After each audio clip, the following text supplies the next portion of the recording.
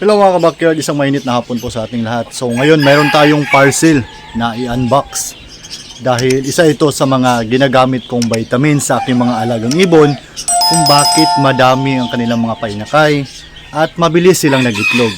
So samahan nyo ako mga kabakyard, tingnan natin kung ano nga ba ang parcel na dumating ngayon sa ating ibunan. So let's go!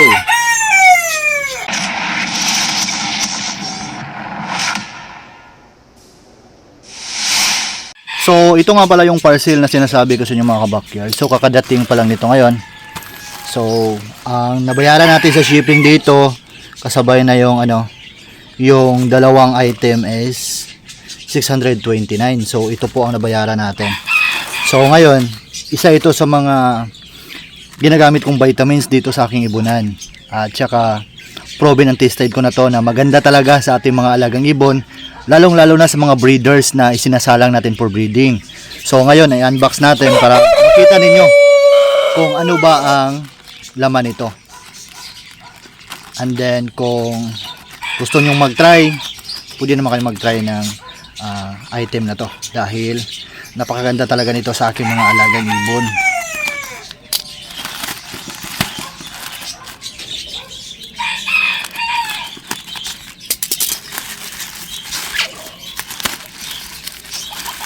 So dalawang bottle nga pala yung in-order ko nito mga kabakyard dahil gusto ko na medyo makabawi-bawi naman tayo sa shipping. Mahal kasi yung shipping niya.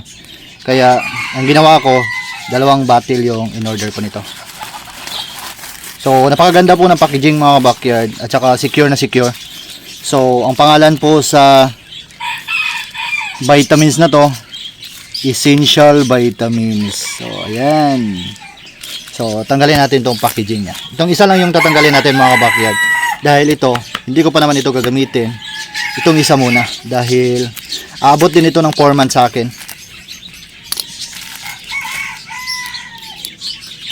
Napaka-solid talaga ng packaging mga kabakyard. At saka napaka-secure.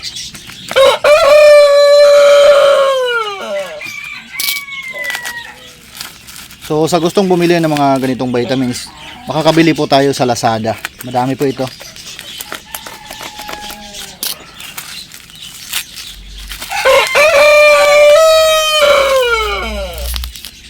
So, pasensya na nga pala kayo mga kabakyard. Medyo natagalan tayo pagbukas. Ako lang kasi yung nagbibideo. At saka ako lang din yung tumatanggal nito.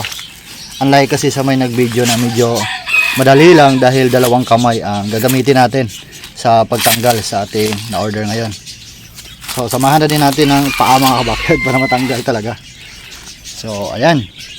Ito nga pala yung vitamins na in-order natin ngayon. So, ang pangalan po sa vitamins na to, Essential Vitamins. So, mayroon itong multivitamins, electrolytes, at saka madami itong mga vitamins na pwedeng makuha sa ating mga alagang ibon. Mayroong vitamin E, vitamin D3, vitamin E, vitamin C, vitamin K3, vitamin B12, vitamin B1, vitamin B2, calcium, at saka folic acid, at marami pang iba. So, isa ito sa pinaka proven and tested ko na mga vitamins na ginagamit dito sa aking mga alagang ibon. Dahil napakatagal po nitong maubos at saka napakaganda po sa ating mga ibon. So, ngayon mga kabakyard, nakikita nyo na kung ano ang vitamins na dumating ngayon. So, silipin naman natin ang aking mga alagang ibon dahil may good news ako sa inyo ngayon. Dahil yung Sun Conure natin is mayroon na po siyang inakay. So, dahil sa vitamins na to, ang bilis ng pagbibigay ng inakay ng Sun Conure natin. So, samahan nyo ako mga kabakyard, puntahan natin ang aking ibunan para makita ninyo kung gaano ka-cute ang inakay sa Sun Conure natin. So, nandito na tayo sa Sun Conure natin na parisan mga kabakyard. So, ang ginawa ko nga pala nito, dinagdagan ko ng screen ang kanilang double cage. Ayan. Para secure na secure ang ating alagang ibon. At saka hindi din ako gumamit ng malaking cage sa kanila dahil maganda kasi sa mga Sun Conure mga kabakyard na medyo masikip ang kanilang breeding cage para madali silang mag-breed at saka madali silang makabigay sa atin ng mga itlog and then mga painakay. So, ang pangalan nga pala sa pairing na to, ang lalaki, siya po si Paul. At saka ang babae, ito yung babae, siya po si Peach. So, napakabait ng mga breeders ito mga ka-backyard dahil kakasalang pa lang natin for breeding is nakapagbigay na agad sila sa atin ng mga painakay. So, silipin natin ang kanilang nest box para makita ninyo kung ano ang mga kaganapan dito sa loob. So, bago natin silipin mga ka-backyard, dapat katukin muna natin para hindi mabulabog ang hen. So, ayan mga ka-backyard, nakita nyo ba yan? Ayan. Yang maliit na yan. So, ayan.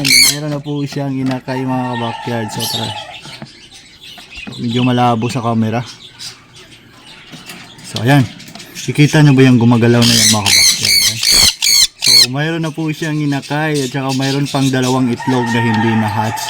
Actually, ang itlog na ito mga ka-backyard is fertile po yung dalawa na yan. 4 ang nabigay niya sa akin, tapos pag candling ko 3 ang fertile, 1 ang infertile, at saka ngayon mayroon na po siyang inakay na na-hatch.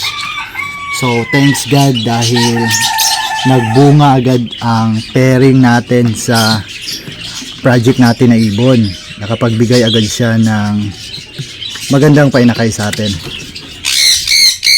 Dahil po sa vitamins na essential vitamins mga ka-backyard, nakabigay agad ng painakay ang ating bagong pairing na San Kunyor.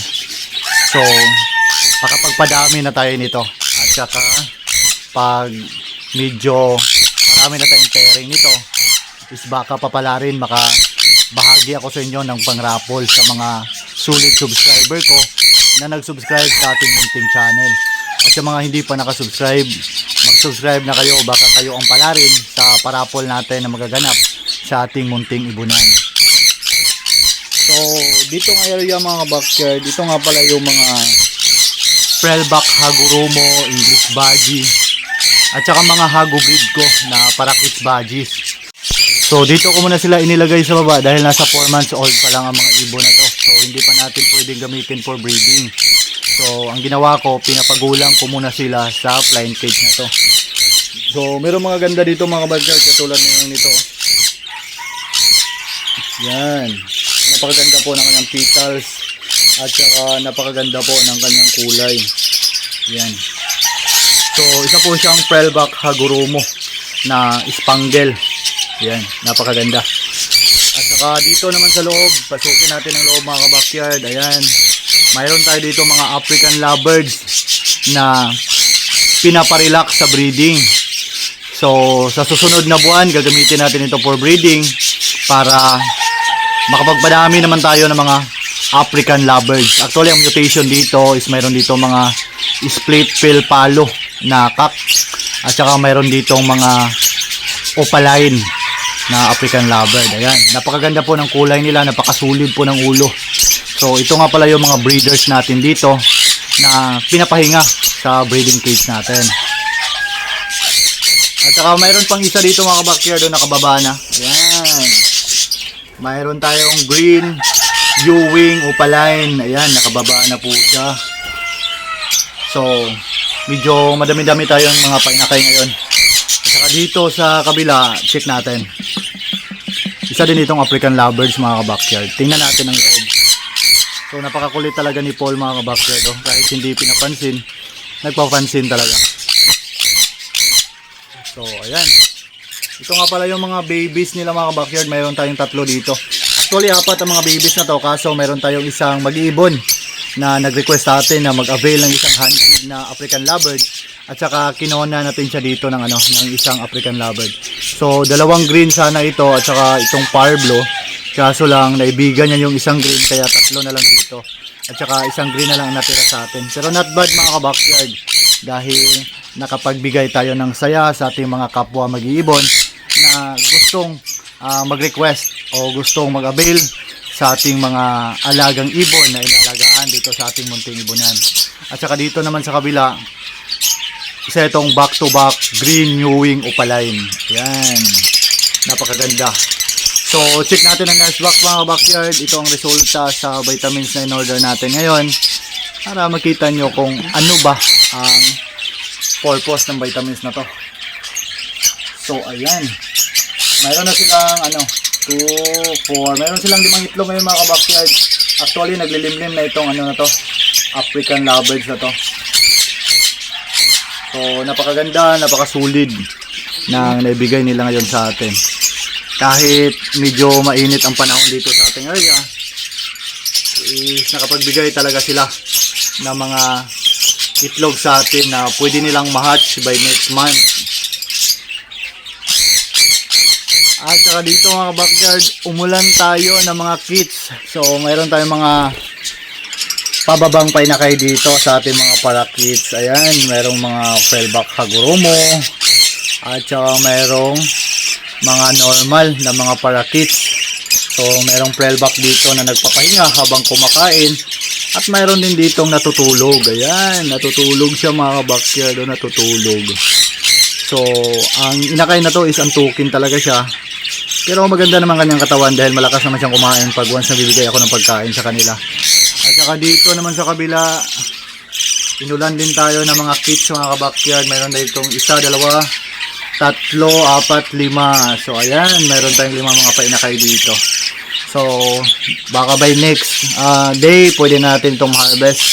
Dahil sa pagkaka-observe ko, malakas naman silang kumain ng mga seeds.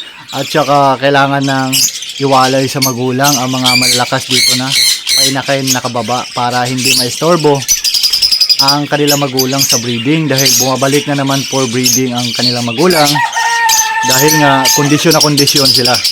Kaya ang bilis na ka-recover ng kanilang katawan at ang bilis nilang nagbigay ng itlog sa atin. So hanggang dito na magtatapos ang video natin mga ka-backyard. Maraming salamat sa panonood. At kung isa ka sa namroblema na hindi mo alam kung anong vitamins na gamitin mo sa ibon mo, gamitin mo lang yung non-box natin ngayon dahil sure na sure marami ang maibibigay na mga painakay sa iyong mga alagang ibon na isinasalang. So God bless sa ating lahat mga ka-backyard. Mag-ingat po tayo palagi. Enjoy lang tayo sa hobby natin kung saan tayo masaya.